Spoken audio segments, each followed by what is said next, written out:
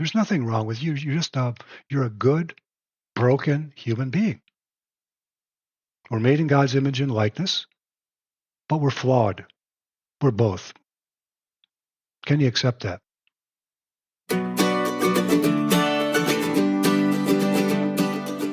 Welcome to This Whole Life, a podcast for all of us seeking sanity and sanctity, and a place to find joy and meaning through the integration of faith and mental health. I'm Kenna Millay, a licensed marriage and family therapist, and I'm happy to bring you this podcast along with my husband, Pat Millay, a Catholic speaker, musician, and leader. We invite you to our kitchen table. Okay, not literally, but you're definitely invited into the conversations that we seem to keep having once the kids have scattered off to play and we're left doing the dishes. We're excited to share this podcast for educational purposes. It's not intended as therapy or as a substitute for mental health care. So let's get talking about this whole life. I'm not gonna stand here with my friends down and out. Welcome back to This Whole Life. It is awesome to get to welcome you in, listeners, to this very special episode, one that we have probably talked up more than any other, and that is that I get to interview Father Marc Foley today as we kick off our study of his book, The Love That Keeps Us Sane. Welcome, Father Marc, to This Whole Life. Thank you. Thanks in advance for your time. You're welcome. Yeah. So, Father Marc, I have been able to share with our listening community that I first, quote, met you through this sweet little book full of wisdom called The Love That Keeps Us Sane. And we've invited our listeners to join us on a book study in the coming month of May. But first, we wanted to treat them with a little more insight into the author of this book, into his own relationship with Thérèse. And so enter interview with Father Marc Foley to start us off. So I want to just open it up first, Father, for you to share what you'd like us to know about you, your own background, both in your religious community and also professionally as an author, as a therapist, as a spiritual director. Mm-hmm. Yeah. If you can't see me, then don't realize that I'm an old codger. Okay, I just turned 75, Woo woo. And so I'm a boomer. I've been in the Carmelites since 1967. That's quite a while.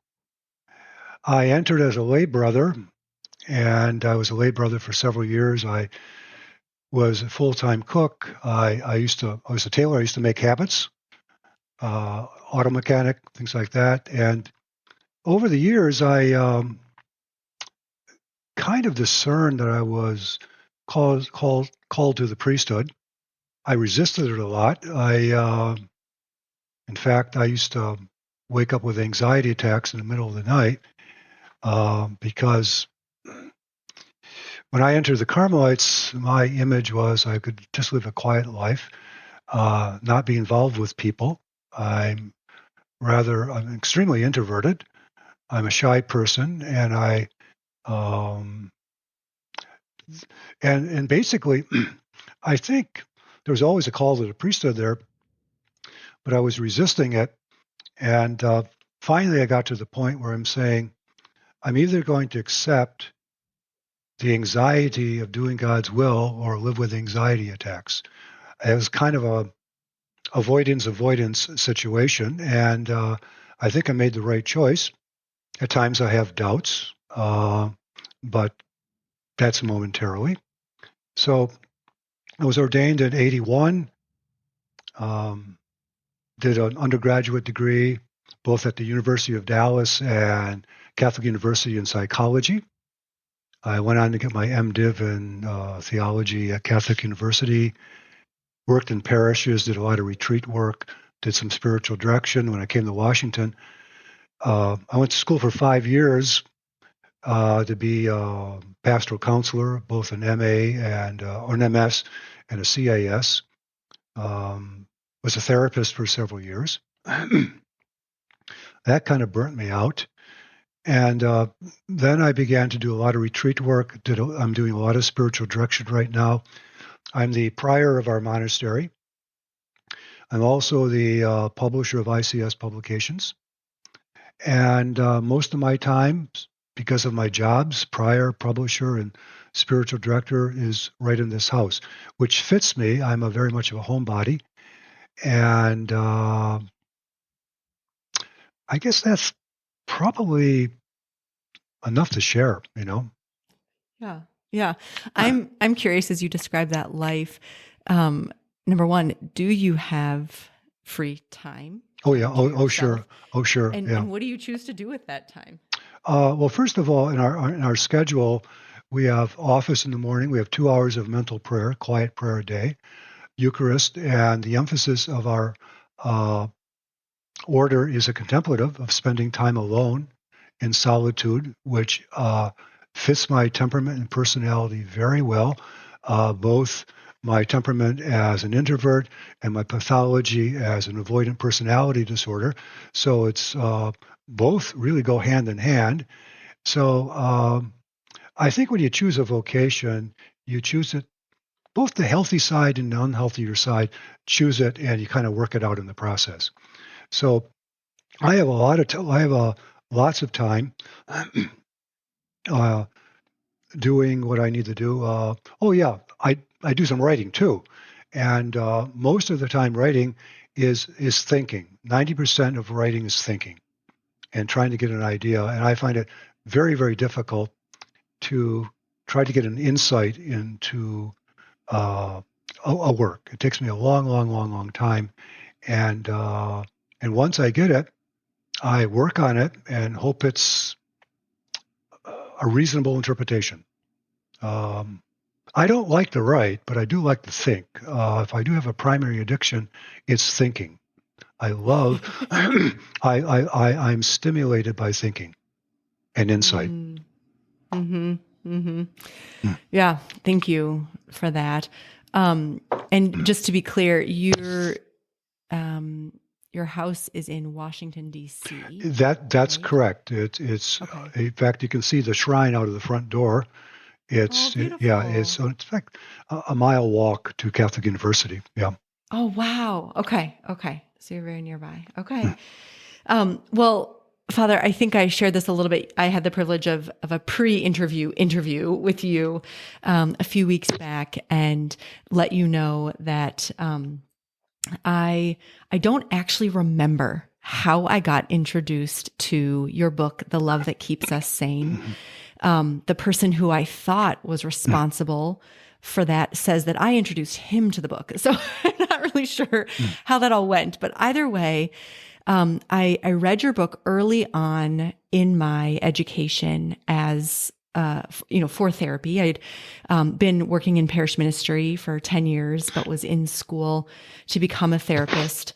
And you showed me in that writing with Thérèse what integration could look like. I think I was in a very secular program. I know I was in a secular program for being a therapist, and so many voices telling me that that wasn't possible to integrate the faith with the understandings and the insights of psychology. And you really showed me what that would look like and how to do it in a healthy way. One of the things that I think I continue to grapple with is your book isn't prescriptive. It's not a how-to step by step. It invites one into I think a way of looking at life, a way of looking at human experience. And but it remains a choose your own adventure, right? There's still this call to authenticity in the midst of it. And so, while, maybe by the end of it, I had hoped that you would just tell me exactly how to be a great Catholic therapist. You more showed me, here's a possibility of how to think through these things and then to offer that, to my clients. So that was a great gift. The other thing I would say that came out of your book for me, was that living in reality, is key to both the holy life and the sane, mentally healthy life. That distortions of reality will lead to disordered thinking, disordered use of the emotions, but it will also lead to distance from the Lord and therefore difficulty in pursuing a relationship with him. So just a couple of the things just to let you know, kind of, what has made this really the cornerstone of a text for the work we do here on This Whole Life podcast and at the Martin Center, and certainly as a word of gratitude. So just to kind of start us off there, maybe a first question for you, Father, is, what have you learned from your years as a therapist, as a spiritual director, coming into contact with so many people's stories, and the depth of what their lives have held? What have you learned about humans? Certainly every story is unique, and I trust that at this stage in the game of where you're at, you can see threads, you can see commonalities and themes, and I'm wondering if you could just reflect on that with us. Could you break that down? That's a huge question. What have I learned about human nature? That's massive. Yeah. So I think about this whole field and what's really become part of mainstream culture, this interest in psychology, this interest in understanding the human person. And there's so many books, podcasts, blogs, personalities out there that want to tell us, like, here's something that unites us. Here's something that is common to the human experience. And I'm wondering if there are things that you've seen in your own work in these different roles that you've had of walking with humans in suffering and in joy, that you're like, here's my take, here's my perspective. Okay. I would say every human being I've ever encountered, how can I put it?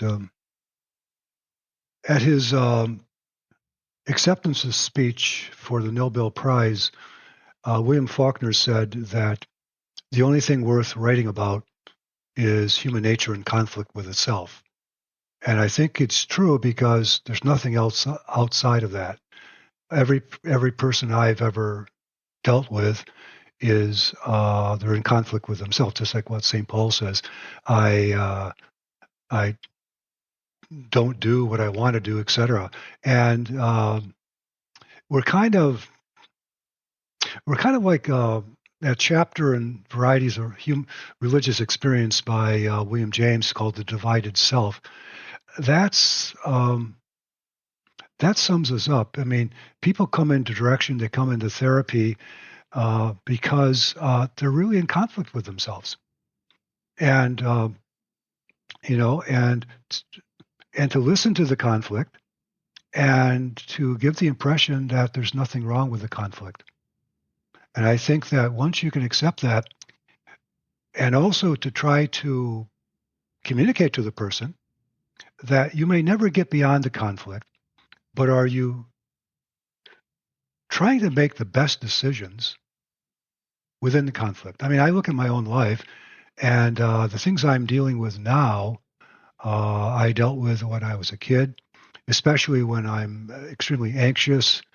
I mean, as a therapist, there's an old rule of thumb: under stress, you regress. And we regress to our primal fears, our primal conflicts, and those things never go away. But somehow you get insight regarding what's a better way of dealing with it. What's a better way of dealing with something that you're always going to live with, and without hating that part of yourself. And once you can do that, then you can be really compassionate towards every other human being, because everyone else has conflicts. They might not be your own, but everyone is struggling. I think it was either Plato or Plotinus that says, "Be kind, for everyone you meet is fighting a tough battle." And boy, that's one thing I've learned, and let go of the idealization that what people look on the outside, if they look like they have it all together, it's not true. It's not true. They're just as broken as everyone else. that idealization, I think, is particularly difficult to resist in this culture of social media. If you're familiar with the concept of filters, that there are ways that you can, take an ordinary photo and put a filter over that makes you more attractive, more radiant, more seem even more peaceful or joyful or whatever we deem attractive. That is a metaphor, I think, for this world that we're living in of, I just put my shiny best face forward. And so I think that's tough. Like, I think that is in the air we breathe. If you are out and about in the world today, that you have to make an intentional effort to resist the temptation to fall for the lie that everybody else does have it together and that you're the only one who is a heap of a mess. Yeah. Well, I think it's not just our culture, and what you say kind of is true. I think it has that's human nature on steroids. But there's always been. I mean, we ever since we were kids, we develop a persona, and we repress our shadow, and we want to be liked. We want to be accepted. We want to be influential. I have on my mirror over my sink in my cell, I have a saying from the Desert Fathers, which it's so important. It's Abba Pullman. He says, "Do not expect your words to have an influence, and if you do so, you will be at peace. Do your best, but don't worry about results."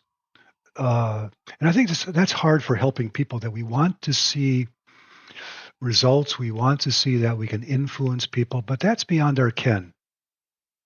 Will people be influenced? Hopefully they will be, but we don't know. Can you let go that you need to see results? And I think that's part of our persona. I honed in on the word influence.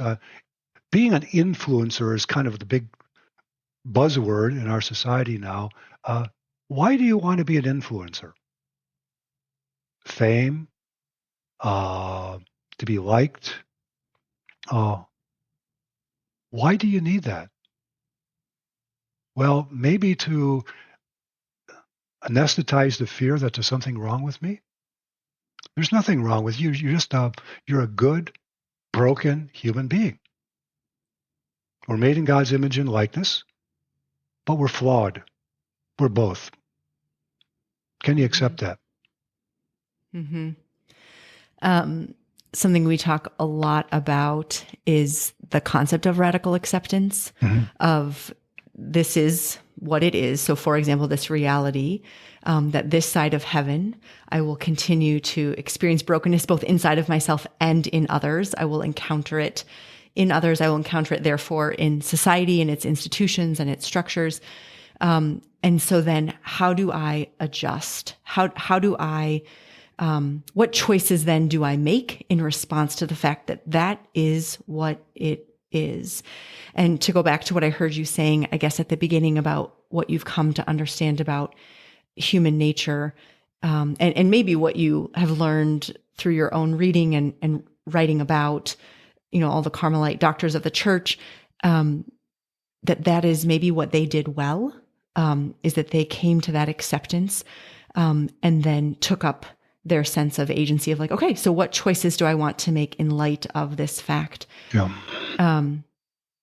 Something that I know for myself and others is a challenge is to know the line between acceptance that maybe leads to complacency and to, I guess complacency is the word.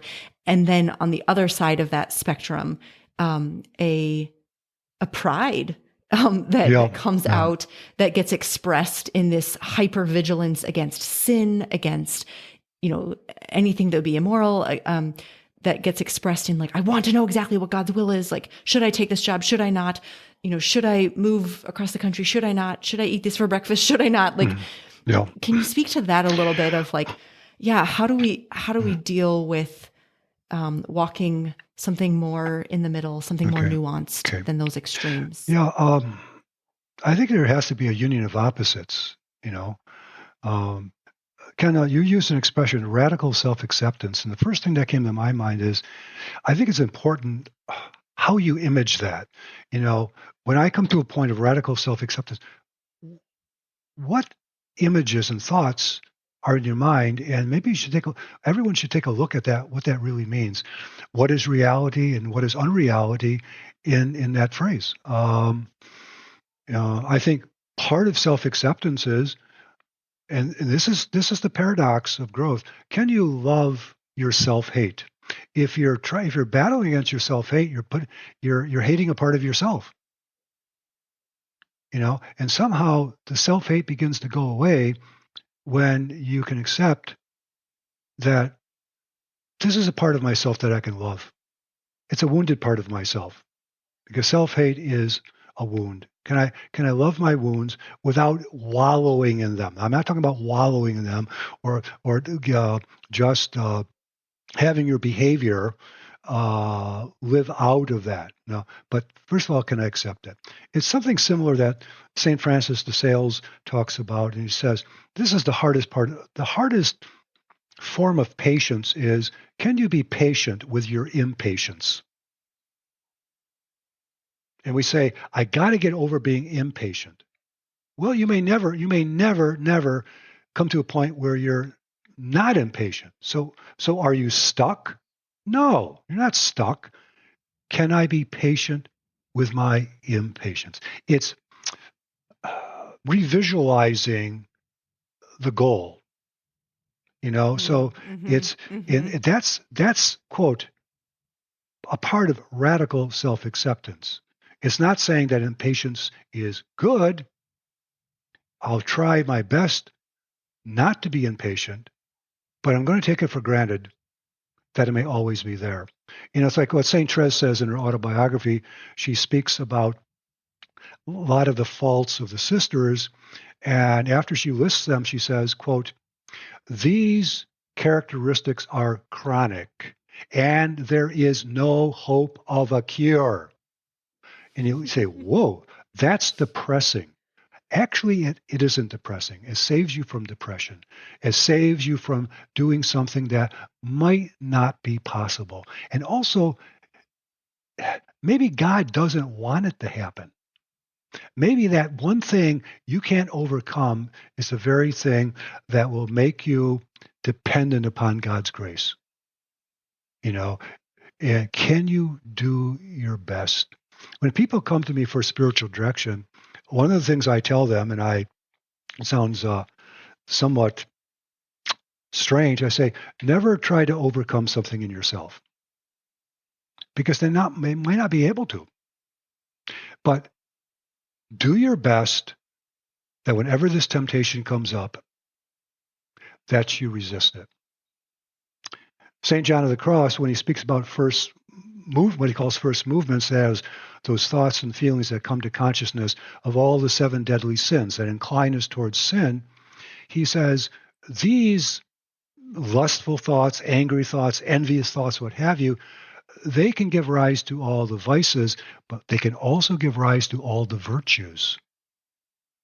Can you say more about that? Certainly. Because, see, in traditional Catholic theology, the 7 capital sins, there's no guilt involved, because the sins are simply the inclination toward. And every inclination toward something will automatically transform itself into a behavior unless there's a choice that interposes itself. And John of the Cross says, because these inclinations are always coming up, and they're always changing our body chemistry, especially lust and anger, he says, it seems as if you're being defiled. You can just feel it in your body. But he says, that's an illusion. Just the opposite is true. You're growing in virtue if you're doing your best to resist them. So how do you interpret human experience from spiritual interpretation? Let's say you go to prayer. You're making a half hour of quiet mental prayer. And during that time of mental prayer, you have 100 distractions. And as you're being distracted, you gently try to bring your mind back to God's presence. And it drifts away and you pull it back. At the end of the half hour, your interpretation of that half hour of prayer might be something like this. What a waste of time. I've done nothing except fight distractions. John of the Cross would say, you got it all wrong. He says, during that half hour, you made 100 acts of the will, 100 acts of love, and in spite of your interpretation of your experience, spiritually, you have grown. So can you interpret human experience from a spiritual perspective? Yeah, that is beautiful. It reminds me of our associate pastor gave a homily recently, and I cannot remember what the gospel passage was that he was speaking from, but basically was talking about like that something that the evil one would love to do is to draw our eyes to the failures and to the shortcomings, and not allow us to see the ways that we do cooperate with grace, that we have actually progressed, because it maybe is so small and so incremental from yesterday that it seems imperceptible. And yet, like, there is progress, there is growth. And when we examine ourselves, do we look at that as well? So yeah, that links up for me. And as a choleric melancholic, it is so very easy for me to look at how do we progress? How do we perfect? How do we, how do I show that I'm that much better than I was last week when I asked myself these same questions? And to see that as like, the Lord may not be interested in the answers to that question. There may be something that I'm missing altogether. Yeah. And I think what your pastor says is true. The devil lies to us always by telling us the truth. That's his main weapon, the truth. But he tells us half-truths. You're a sinner. That's the truth, isn't it? Yeah. He accuses us day and night before God's temple. But what he forgets to tell us is that sin is a relationship to God's mercy. In the interior castle, St. Teresa gives an image. She says, sin is like a black dot against a huge white backdrop of God's mercy. But she says what happens is you distort reality. If you get so close, there's no edges to that dot. And she says, be very, very careful of getting mired down in your misery. And she says, the devil does this, tempts us, not because of the sin, but because we get discouraged. And once we get discouraged, we try to become our own savior. And that's the problem right there. Yeah, because in that discouragement, God's mercy, God's grace, the help that the Lord wants to offer us gets eclipsed by our brokenness, our failings, our weakness. That visual of the black dot on the white canvas is so helpful. Yeah. So helpful. Yeah. When people come to confessions, I mean, they're extremely precise about, Father, I fell into this sin 5 times. It's okay. Now tell me, how many times have you resisted it? They can't tell you. They can't tell you the number of times they've cooperated with God's grace. They're just focusing on their failure. It's kind of like if, I don't know if you have reviews of these podcasts, but let's say you get 99 positive reviews and you get 1 negative. Which is the one thing that you obsess on? Right? For sure. For sure. The negative. Yeah. Absolutely. We do that to ourselves. Can you say more about that? Because that is, our oldest daughter is 13, and she asked me the other day a very similar scenario. She said, Mom, do you think that humans are more likely to dwell on the things that they've done wrong, or to dwell on the things that they feel like the successes that they feel like they've accomplished? And I said, oh, absolutely, on the things that they've done wrong, on their shortcomings. And she was really surprised by that. I find my daughter to be quite, pure of heart at this point. And so I'm like, oh man, maybe she hasn't encountered enough human nature to see this. But why is that? Explain that to me psychologically, spiritually. I think that, we all want to be liked. We all want to be admired and what have you.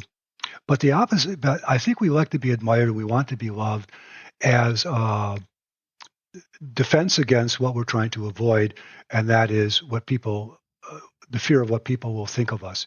And I think that so much of our desire to be loved, accepted, appreciated, being admired is almost a reaction formation to the fear of what people think of us. And therefore, I think we focus on the negative because so much of what we seek, the power, is what we're trying to avoid. And therefore, we focus on the negative because that's what we're really afraid of. We're afraid more of what people think of us than their praise, of getting their praise. Yeah. I had a therapist who counseled me and said, like, Kenna, you've got to learn greater detachment from the criticism and the praise. Like, she was like, they come together. Exactly. As well. Exactly. And that detachment will, bring you a new sense of peace, of freedom, of what have you. But I guess I had never thought about that before. I don't, have felt like so many homilies and books and what have you are focused on like fight against the sin of pride, and seeing that as like the positive things people have to say. And so somehow in my very human, limits, I interpret that as like, so therefore focusing on their criticisms is a good and holy thing because it tells you exactly like where you need to grow, where you need to improve. But I'm seeing them as two sides of the same coin, actually. Yeah. The opinions of others, like to be detached from the opinions of others altogether, which you address in The Love That Keeps Us Sane. And we'll talk about that in the book study podcasts. But that was new to me, that they're two sides of the same coin. Oh, they are. I would say a rule of thumb, and this isn't, I don't want to generalize to every desire, but look at what you're really seeking. And when you really focus upon what you're seeking, ask yourself the question, what am I trying to avoid? Because that is what really, that's the fuel of what we're trying to seek. What we're trying to seek is what we're trying to avoid. If a place to go, to read the psychology of Alfred Adler, that basically, quote, a superiority complex is a defense against feeling inferior. He has a lot to say, and he's, I think, perhaps one of the most neglected of all psychologists. So when I'm thinking about that if I pay attention to that which I seek, it will reveal to me that which I fear. That's right. I can't recall exactly how you said it, but so a situation in my own life, Father, before the interview started, we kind of quickly touched base with each other about how our weeks were going. And I confess that it's been a week of encountering the human condition in myself and in others. And when I think about a particular situation that really got my emotions, really got my anxieties ramped up this week. And if I can sit with myself in the light of truth, I recognize that I want security. I'm seeking, the reason this situation got me so upset is because it threatened my sense of security. Yeah. And so following kind of what you are saying, then I fear insecurity. And when I think about that, that's truth. Like that's reality. Yeah. I am insecure. I do not have control over how many more breaths I'm going to take on this earth, on whether or not my business will continue to, thrive and be of support to people and be a help. I do not have control over whether my husband will wake up tomorrow and choose to be faithful and love me again. And my children will, seek my counsel. Like that's the truth. Yeah. So talk to me about that. Help me be sane in the midst of like confronting this reality of my insecurity. Well, Kenya, you're not just talking about yourself. I think probably most of your listening audience is saying, boy, that describes me too. it's very, very difficult to try. I mean, we try to protect ourselves, and the older you become, in a sense, the worse it gets. In the sense that, Really? well, I think in many ways it does. Okay, I'm 75, and I'm waiting for the bullet. I mean, both my parents died of cancer. My brother died of cancer. I'm saying, okay, Mark, when's your time up? I can't protect myself from my genetic makeup. And I'm saying, okay, I had my doctor's report last month. It was good, but when isn't it going to be bad? And hey, Mark, your luck is not going to hold out. That's the way it's going to be. And and someday you might be sick, and you're going to die, and that's hard. And you just you really don't have control of your life, and it's anxious. We want to be secure, but the reality is life is insecure. But getting back, there's nothing wrong with you because you feel insecure. Life is insecure. There's. I mean, we could say I'm living in reality, right? Like Yeah, when I notice exactly. that, when I feel that pain, Yeah, because I am connected to this reality. Yeah, I am not my own God. That's right. Exactly. One of my favorite authors is Karen Horney, and when she speaks about anxiety, she says, "Don't interpret the anxiety that you feel in relationship to objective reality. Interpret it in regards to the significance it has for you." Okay. For example, I get so anxious when we have guests in the house. I'm saying, this is crazy. No, it isn't crazy. Because I grew up in a house, an alcoholic family. Our house was a mess. We didn't have people in. We lied a lot to keep people out. And when we had them in, I was embarrassed and ashamed. So when people come into my house, it's like I'm this 9-year-old kid back there. Mark, you should be on that fear. That's crazy thinking. I'm never going to be beyond it, but I'm going to say, in spite of my fear, I'm going to do my best to be a gracious host in the midst of the fear. So it's the significance of what that means. Which I think is the privileged role that I have as a therapist to help people connect the dots. Yeah. Because in the moment, in today, they do feel like they are blowing something out of proportion, being unreasonable, being unvirtuous to let their emotions, run them. Yeah. And so I have this privileged place of going, let's connect that and see where those roots are. Because in truth, it doesn't serve your system to, quote, blow things out of proportion. So there's got to be a reason. Back to that, like, self-compassion we talked about earlier, like we got to assume that there's a reason that this is showing up. Yeah. Now, the reality is you don't live with an alcoholic, parent anymore. And so there can be a reorientation that needs to happen for ourselves of, I have more control than I did when I was 9. I have more say in how this goes with hosting guests. And to remind ourselves, and again, I think that's my job with people as a therapist, is to help them with some skills around how do I kind of update my system and help bring some soothing. But absolutely that 9-year-old still lives in you. Absolutely. I have, some core memories from when I was 4, and they show up. And the quicker I find that I can go, oh yeah, that makes sense, my anxiety abates. Like, it doesn't completely go away. No. But it becomes much more manageable. I think precisely because I accept it. I become less afraid that if I talk to it, it'll run my life. And I actually validate it and like give it the time of day. And it counterintuitively goes, oh, okay, you heard me. I'm like, thanks. And it recedes.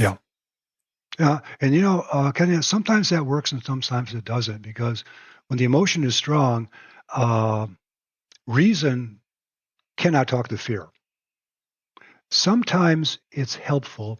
Sometimes it lowers the anxiety, but sometimes once it's triggered off, the train is rolling. You can't stop it. So Sometimes it works and sometimes it doesn't. If it works 50% of the time, that's fantastic. Keep on doing it. It's worth a shot. Well, yeah, it's like, why do you have? To feel that you're going to control your emotional life all the time, that's unreality. Do your best. What tools are helpful in controlling your anxiety so that you can make the healthy choices? That's the thing. But don't expect that those feelings will completely go away. If you do, you're setting yourself up for a lot of discouragement and a lot of self-hate, because you're saying there's something wrong with me until I get beyond these feelings. You're adding self-hate to self-hate. You're only making it worse. So in those, let's say, other 50% of the time, when reason doesn't work, doesn't put a dent in that, are we riding out the train? I mean, what's our best case scenario there? Well, I think you have to get down to specifics of what exactly are you talking about, what situation, and what are the specific choices that feeling will automatically translate into, and to say, what can I do that behavior doesn't happen? I can't answer that question in the abstract. Sure, It really is, and it's going to be different for everyone. I'd say, what tools in your toolbox have been helpful, and keep on using them if they're helpful. There's no cure-all. This is a new thought, and so it's like a quarter baked. So I'm not sure, but I'm thinking about something that I learned in my training around working with substance use, substance misuse, and addiction, and that there was a lot of science data behind a harm reduction model versus elimination. And I wonder if there is a parallel here, like this reality that that for a lot of people who are, let's say, addicted to alcohol, that for them, the best case scenario was to actually talk about reducing their use versus elimination, that elimination was too big and overwhelming. Sure. And it actually resulted in very little change. Yep. But when we change the goal to how can you use less so that you're functioning in your family life, at your work site, isn't as greatly negatively impacted, that is actually when a lot of patients and clients found greater success and found ways of coping. And so I'm just wondering, like, maybe are there like parallel concepts here that we're talking about? I think so. If you set the bar too high, you're setting yourself up for failure. And it doesn't mean that you are giving up, but you're re-imaging your goal. There's a principle in behavior modification that says you can take too big of a step, but you can't take too small of a step. If you take too big of a step and you fail, you can get into an all or nothing. If I can't do this, then why even try? But I think that rigid thinking. And if you get down to making it better, that I might not be able to avoid alcohol all the time, but when you begin to consume less and you begin to experience the positive effects, you want to repeat that experience of the positive effects of not drinking, so it might lead you on to drinking less. But we got to have that success, that experience of success, in order to build momentum. It's helpful. We talk about those as step goals in my office. Like, okay, here's the grand goal, let's say, of moving out of your parents' home and being able to get that full-time job. Being able to drive yourself to and from that job. Like, that's the big goal. What's the next step? Is the next step applying for a driving license permit? Like, just what would be the next small thing that we can say, yes, absolutely, that makes perfect sense, that it contributes. And also you're not trying to eat the whole goal all in one day. I learned that early on in my professional experience as a therapist. I remember distinctly, I first started in home therapy and working with adults and children around daily life skills. So it was more skills focused than insight focused. And I remember reporting to my supervisor that Kenna Millay, had this amazing breakthrough with this client that had been so difficult for everyone else to deal with. And here I was 2 weeks on the job as an intern, and I had gotten this client to commit to this act of self-care every day. I was like, oh, it's going to be amazing. Yep. She totally agreed to it. She was smiling as I left and whatever. And my supervisor said to me, I'll be curious to see if this client shows up for her appointment next week. Yeah. And sure as all heck, oh, she was totally right. The client terminated with me the day of our next appointment. And my supervisor said, this is good learning for you to see that goal. That was too big to get her to commit to going to that social group in her assisted living community 3 times before she saw it. Like, that was too big. Yeah. She needed to work on getting up and getting dressed each morning to be able to be social, to even think about being social. And it was such good learning for me. So yes, what you're saying resonates. Yeah. And what happens is that then we're dealing with our need to be successful, which is the fear of I'm a failure. Hey, I'm in a helping profession. To be a success, I've got to see positive results, that you're getting better. And if you don't improve, you are a disappointment to me. You are not doing what I need to feel good about myself. So I want you to change, and pretty damn fast.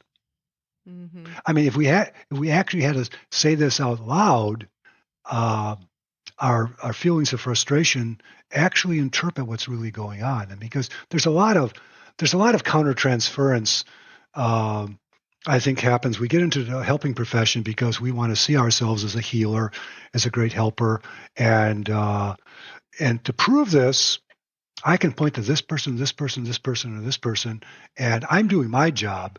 And if you're not being healed, you're not doing your job. There's something wrong with you. Well, and I think that translates very easily for me into parenting as well. That our children on our worst days become these little reflections of what a good or bad mom, exactly, bad okay, dad I am. Yeah. And can create such conflict between parents then when their children are experiencing difficulty, because it's so easy to turn against your spouse. That's right. Say, the reason Johnny is struggling is because you aren't, being a good mother, father, what have you, measuring success in what our kids do or don't do. That's a huge issue in my own life. I can't imagine what it is to be a parent. I mean, you're thrown into a role that's almost impossible. You have no training. There's no handbook. No one asked me to apply for a job. Yeah. And also, we're dealing with our own needs. You want the best for your children. I take that for granted. You love your children. You want the best for your children. But what that really means, my image of that, there might be some of my own needs involved in that image. I mean, Carl Jung once said that the most devastating thing in a child's life is the unlived part of their parents. That sometimes we want to form them in a certain way, which is a good way, but it might not be the way that God wants them to be formed. And we can be blind to what we believe God wants our children to be, because we have an image of goodness, of holiness, of how a child should be, all of which are very, very good, but does it really correspond to the individual child? And, usually we don't know that because we're blind human beings. Yeah, limited. We talk about those as legacies, like the things we hand on to our children, right? In these unmet needs, unsatisfied desires that we have as parents, and we hand them on to our children. And one of the things that's really challenging, particularly if a marriage is facing divorce and they have children, let's say, for example, is for me to say, I understand that perhaps divorcing is the way out of this really painful relational situation you have with your current spouse. And also, if that doesn't get resolved, that is going to be handed on. Those dynamics persist, and they will present in the parent-child relationship as well. And that's so difficult I'm not pretending that that's an easy decision or an easy thing, but it is something that I've seen way too many times to not believe that there's truth in that. Mm-hmm. Well, Father, I know we're coming toward the end of our time together. And one of the things I think that could help us maybe turn the corner into really diving into this text that you have gifted to us in your book is if you could just say a bit about, how is it that this, what was Thérèse, a 19th century, right? 19th century French Carmelite nun. She entered at 15 and she died at, I think, 24. 24? Yeah. How can we relate to her? Like, what is it that you've learned about spending all this time with her that you see that she still has something very relevant and applicable to us here in 2024? Okay. I think that if you look at the outer trappings of her life, she's a cloistered Carmelite nun in the 19th century in France. We say, what relevance, what connection does she have for us? I think I would like to reframe this, and that is Thérèse lived in a monastery with, I think, 24 or 26 other women, okay? And this was basically her life, because our life are the people we live and work with for all practical purposes. I would say to people, try to write down the 24 or 26 people that you have the most significant contact with on a daily, on a weekly basis. Take the hypothetical Joe Smith. He's a construction worker. He's married. He has 3 kids. 5 days a week, he gets up, jumps in his pickup truck, drives the kids to school, drives a half hour to the work site, works with 6 other people, comes back, takes a shower for the next day, reads the paper, helps the kid with his homework, and falls asleep in the chair. So you've got 9 people right there, 5 days a week. On weekends, he might do some yard work. He might go over and see his parents, might go out with 3 guys to the golf course. So he kind of ratcheting the us of maybe 14 or 15 people. I would say if you look at the 20 to 25 people you have the most significant contact with during a week and try to estimate what's the percentage of all human contact, it's extremely high.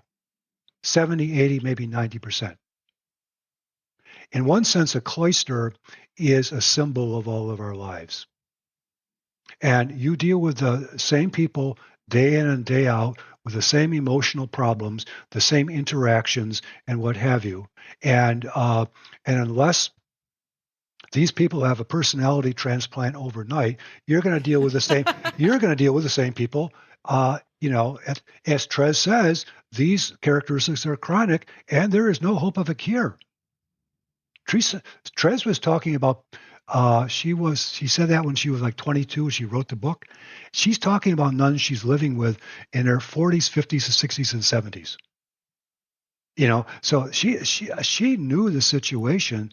So how can I love these people as they are and not expect unrealistically they're going to change? If they do, that's fine. But I would say focus, who are the people you live and work with that really the interaction with, that you have the most problems and conflicts with, and what is God asking you to do? Because that's our life. Our life is very, very, very specific. So So they are who they are. Yeah.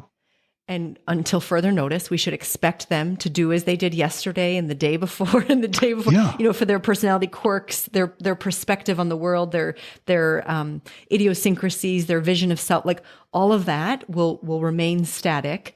And then our our life of holiness is like, how am I going to respond to that? How am I going to react? How am I going to love these people as they are? I mean, we say crazy things. This is a huge rhetorical question. How many times have I told you? How many times do I have? How many times do I have to tell you?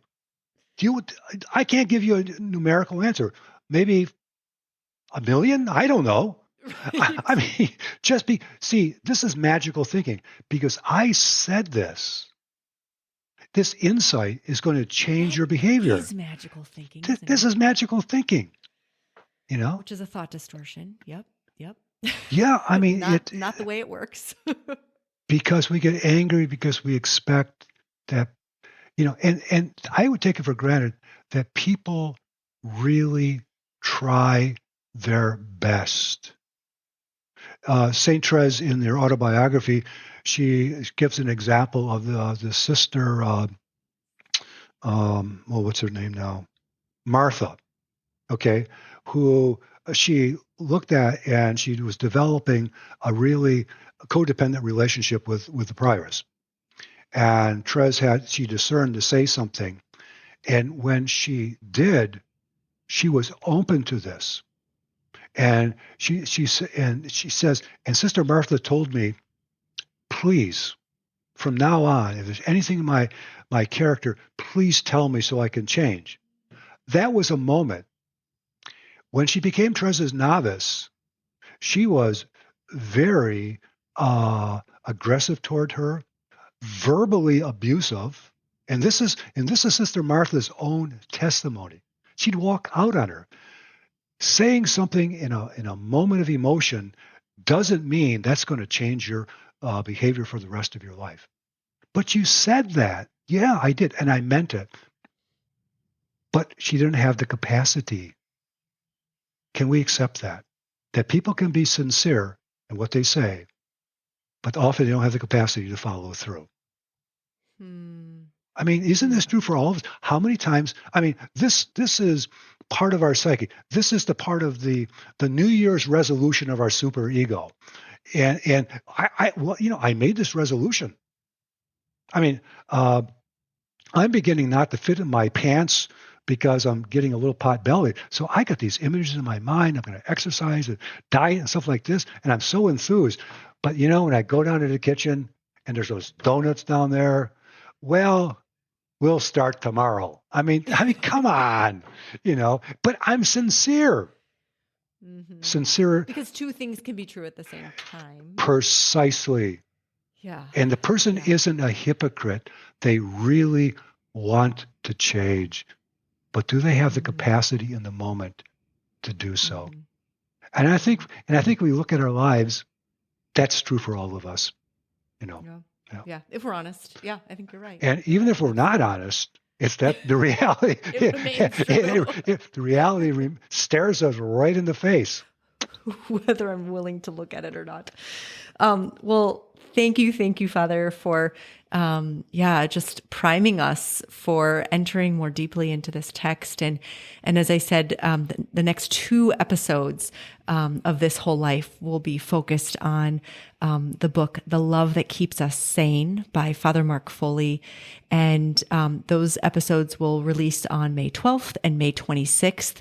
And of course, we want you to read the book with us. That is our challenge by choice for this episode today, to grab a copy of that book. The link is on our website. We're sharing it everywhere on social media. And I'll let you in on a secret that if for whatever reason it is not the season of life to read that book, I trust that the conversation of these episodes will still have great value to you as we look in a new way, I would say, at Thérèse from kind of the popular way that we as a church have envisioned her. Father Marc really invites us into a new perspective, a new vantage point on her. So, Father, would you mind leading us in prayer as we close up this conversation? Sure.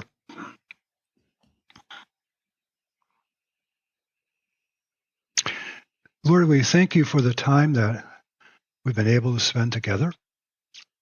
And we ask that we may be as gentle and loving with our own wounded human nature as you yourself are, and merciful, because you know what it means to be human. We make this prayer in Jesus' name. Amen. Amen. Thank you again, Father Marc Foley, for the time and for sharing with us the fruits of your reading and your writing and your work. And thank you, listeners, for being with us for another episode of This Whole Life. Feel free to check out that link, like I said, on our website, thiswholelifepodcast.com. It's available in our bio on Instagram and Facebook, This Whole Life Podcast. And until next time, God bless you. You're not alone. This Whole Life is a production of the Martin Center for Integration. Visit us online at thiswholelifepodcast.com.